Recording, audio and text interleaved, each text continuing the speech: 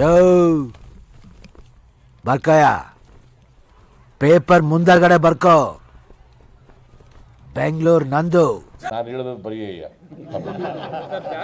ನಾನು ಹೇಳೋದು ಬರೀಯ. ಹೌದು ನಾನೇ. ನಿನಗೆ ಯಾಕೆ ಅನುಮಾನ ಬಂದಿದೆ? ನಿನಗೆ ಯಾಕೆ ಅನುಮಾನ ಬಂದಿದೆ?